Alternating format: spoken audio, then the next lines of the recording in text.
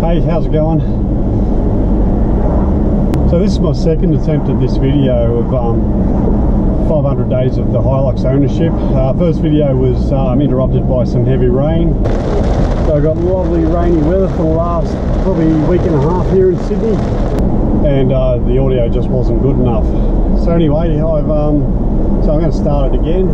Just going to talk about what the ownership's been like for the last 500 days. So I picked it up with 160,000 kilometres, and I've since put 192,000 on it, so 32,000 kilometres in 500 days. I do use it quite a bit, even though it probably gets the least love of all my vehicles. It's the vehicle I use the most. So my 500-day review is of my Toyota Hilux Workmate. It's a 2006 model. It's been in the family for the majority of its life. So 3 years it was a company vehicle that my dad looked after. Then he took ownership of it, and then he, when he retired, he passed it on to me to look after. I use this for day-to-day duties, driving to and from work, picking my daughter up from school, all sporting events, taking her away camping in a few weeks. I have no issue taking it on long distance trips. It holds up quite nicely. Comfort wise, well, being a Workmate, it's quite basic, and I'll go around it. I'll do a walk around. The 2006 Toyota Hilux Workmate, as you can see, 2.7 litre VVTi engine, petrol, Workmate. It's normally the base model, so really not a great, no fog lights, just your basic headlights and some small reflective lights here. Damaged once, I've got to replace it. Just steel rims, nothing fancy there. So the tyres are what you'd find on a standard standard ute. Not the best grip.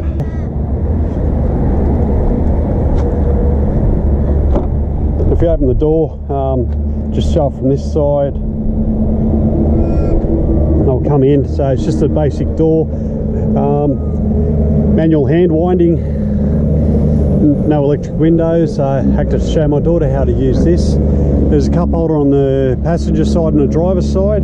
It's a 3-seater, so but the middle seat is virtually for punishing small kids, and they've got to learn the right side saddle, because when you're hopping it, your legs have to be over to the side. Got a basic toolkit. You can fit a backpack down the back here if the seat is moved, if you keep the seat upright a little bit, like such. Pretty good leg room, more than ample. Basic glove box. We'll come back out. No central locking, none of that. So you got to hold the handle out. It's all old school. It's got a heavy duty tray on this one, which I'm quite fond of. Problem is that you see the bit of rust. And rust, I've got to get this treated in the next 12 to 18 months. I'll have the tray taken off, and I'll have to get it resprayed, and I'll get all the base redone, and I'll get it resprayed black. As you see, unleaded petrol.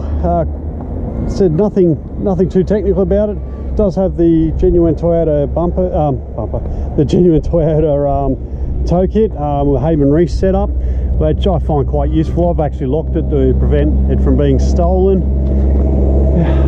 Later on, I'd like to put a one of those trays underneath here, but it's not high on the priority list, and I'll probably get it done after I have it resprayed. So walking around, again, quite basic. Still got the steel rims, no change there, and we'll have a look on the inside. So on the inside, like with the other side, it's a manual winder, no power windows, no central locking, just basic locking. As I said, the Workmate was the bare bones work vehicle. No tacho, and here beeping because I left the keys in. I'll take that out. There's just the temperature gauge, fuel gauge, and speedometer. The radio is extremely basic, just a CD player, no Bluetooth connectivity, none of that. That's why we'll be looking to upgrade this. Does have air conditioning, even though this isn't working at the moment. Aircon's there. Ashtray for coins and a 12 volt socket outlet. Later you got all these provisions here for switches, etc. I'll probably put in a USB outlet there. The little cubby holes here and here are quite deep, so you can keep your remote control in there. It doesn't fall out. I've even kept pens in there and they've stayed there.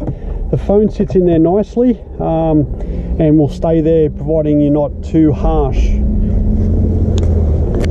Only 2 speakers, they're quite basic. The seat, it's a vinyl seat. Now this gets really uncomfortably hot. You will sweat, your back sweats a lot. So best remedy for that, seat covers. And I took that off because I still get sweaty in it and I need to wash it back. Because I haven't put them on, I'll need to clean these seats before I put the seat covers back on. Go behind, it's got the bottle jack in there. Sit back in. Basic courtesy, I don't know what you call that, like a door light. And that's about it. Now, one of the issues I didn't talk on earlier, you can see there's a bit of water damage here. It's got a leak. I don't know if it's coming in through the if the rubber seal's gone and it's leaking in through there, or whether this aerial, because it's cracked, the water's coming in through there. I'm not 100% sure. This switch is an aftermarket accessory. I've got to replace it. The lights come out of it and smashed, so I've got to replace that, and I've got to make sure I leave it off. Anyway, that's pretty much the tour of the car. Oh yeah, sorry. So a little cubby hole for paperwork, used to be a street directory. You can stick a bottle in there as well, and also on the other side. I did miss that, but you do have the cup holders here and on the other side. So this is the 2.7 VVTi fuel injected engine. Been around since the mid-90s when they first come out. I remember when they first come out, compared to the 2.4, these things felt very lively. They still are, but not as lively by today's standards. Things to watch out for with them. When you get this, if you were to get the engine bay cleaned, be careful water doesn't get down here, otherwise it'll splutter and carry on. Then you've got to take these off and dry them out. I've never done it. I've only been a victim of it. I took it to the dealer, he sorted it out. So maintenance wise, I've been able to do some of the basic maintenance myself. The major services I still give to the experts, but the simple oil change and checking of all various bits and pieces, fluid levels, brakes and all that, I'm quite capable of doing myself. It also saves me a couple of $100 in the process. Maintenance wise, because it's done 190,000, you know, we have had things break on it. The alternator failed at 170,000 kilometers, so I had to replace that. And just recently I've had the air conditioner fail. Still not enough to put me off the vehicle or you know, find it unreliable. It starts, runs every time, so you have that confidence with it. Comfort wise, as I said, it's quite basic. It's all right for it's just a basic unit, so you can't expect it to be plush and comfy like a car. The suspension's that's leaf spring rear. It's not the greatest. In the wet, it is a bit slippery. I suppose the word I could use. You have to be very careful with the combo of tyres, and lightweight, and the engine's quite torquey, so yeah, it's quite easy to break traction on it. So fuel economy gets between 11 to 12 litres per 100. Not great, but not too bad considering it's a 2.7 litre fuel injected motor. They've been around since the mid to late 90s. The beauty of these type of vehicles is you can have a go at some of the maintenance yourself, and as it's quite basic and easily accessible, you can have a go at most things like oil changes. Yeah, if you're going to learn how to, I don't really clean this car that often, but I have tried my hand at polishing it. Not ideal, but best way to learn is on a car that, you know, I suppose the family hack, and that's exactly what this one is. Future improvements. I don't want to spend too much money on it, but I definitely want to upgrade the stereo. Get a reverse camera, because it is quite a nightmare to park. Just the sheer size of it and how narrow city car parks are in shopping centres. Probably tint the windows just to help keep it cooler. And that's pretty much it. I don't want to do too much else to it. I just want to drive it, use it to get me to and from work. Would I recommend one? Yeah. You can get past the fuel. You know, it uses quite a bit of fuel. That's its only real downside. It'll do all the legal speeds, no problem. Hold 100 all day. I've got no problems taking it on longer distances. The biggest journey I've done is from Bundaberg to Sydney. That was about 1,350 kilometres, and I'd done that virtually in one hit with a 3-hour nap break just outside of Newcastle. It performed fine. It's a very good vehicle for towing. I've towed a mini bobcat or skid steer with it, and it just towed it beautifully. It's one of those vehicles you can leave anywhere. It doesn't attract any sort of attention, blends in, so that's sometimes a good thing. I'm sure the turbo diesel would probably be the cheaper option fuel wise, but if you're not doing all highway miles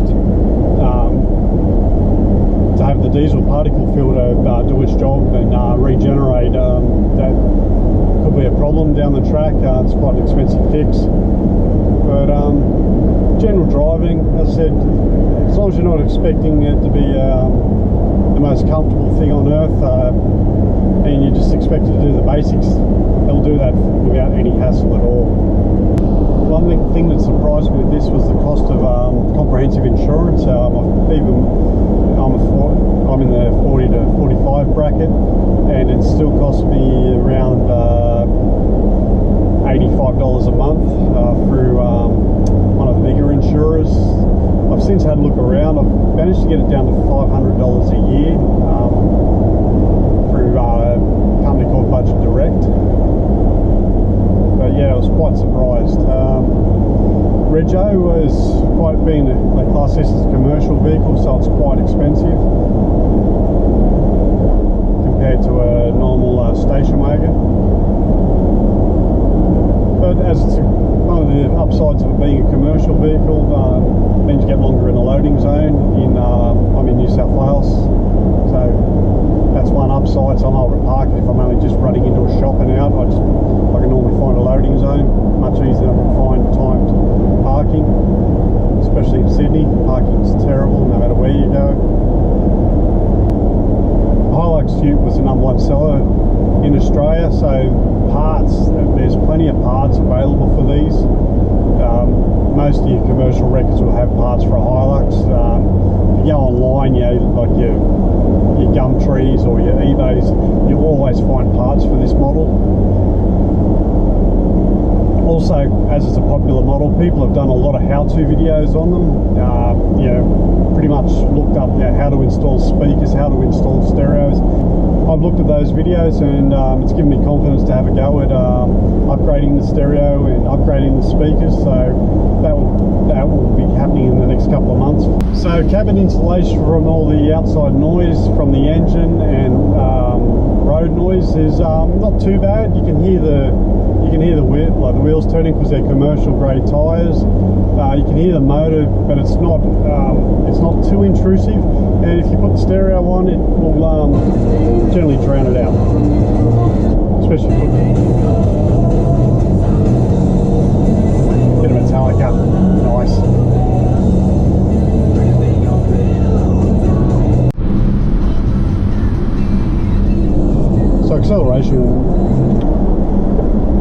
So acceleration wise, this car won't, it's not going to win any races, but it will keep up with your regular traffic. There's enough power there to get you for overtaking, more than ample power actually. Brakes are good, but if you step on them too hard, you will lock the rear up, being drum brakes, and not much weight on the rear end. blind spots, not too bad. Pretty good vision right around the vehicle. Just this part here, if you look over, you're not going to see much, but that's what your mirrors are for. Wouldn't call it inspired, or it's definitely not a driver's vehicle. It's just a very simple work ute, and that's what it was designed to be, and that's what it does very well. Anyway, thanks very much for watching. If you like the video, please hit the like and subscribe button, share it, get it out there. I will be doing more videos about the Hilux. I'm hoping to I'll be going through a few things. These are the vehicles you have a go at doing things yourself. I'm going to have a go at changing the stereo. As I said, I've done minor servicing on it, and I'll do it again and show you how you don't need a jack or car stands to get under the vehicle.